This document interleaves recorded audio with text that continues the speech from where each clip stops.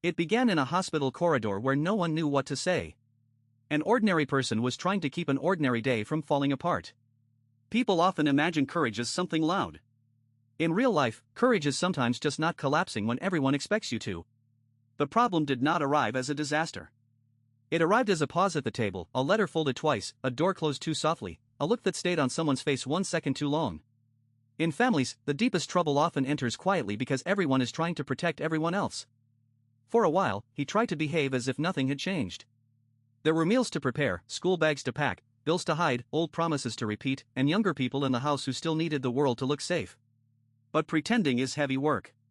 Every small kindness began to cost more than it had the day before. Then came the moment when the truth could no longer stay behind the curtain.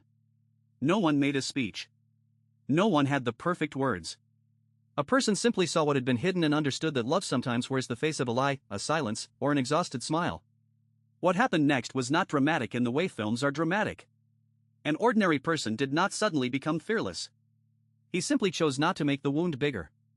That choice may look small from the outside, but inside a family it can be the difference between breaking and holding. Someone still had to wash the dishes. Someone still had to go to work. Someone still had to answer a child's question without letting the voice shake.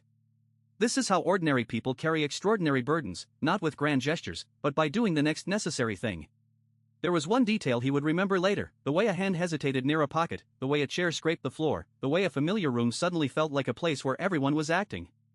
This is why the story still lands in today's world.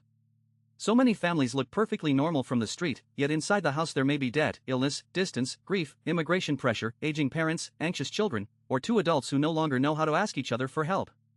Modern life trains people to explain everything quickly, to judge quickly, to post quickly. But a family is not a comment section. A family is where people often hurt each other precisely because they are tired, scared, and too close to hide. The story asks for a slower kind of judgment.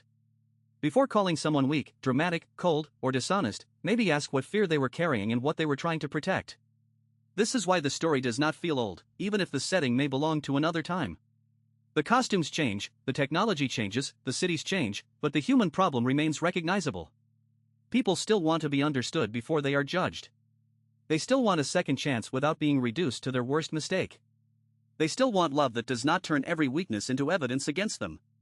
And perhaps the most important lesson is this: compassion is not the refusal to see the truth.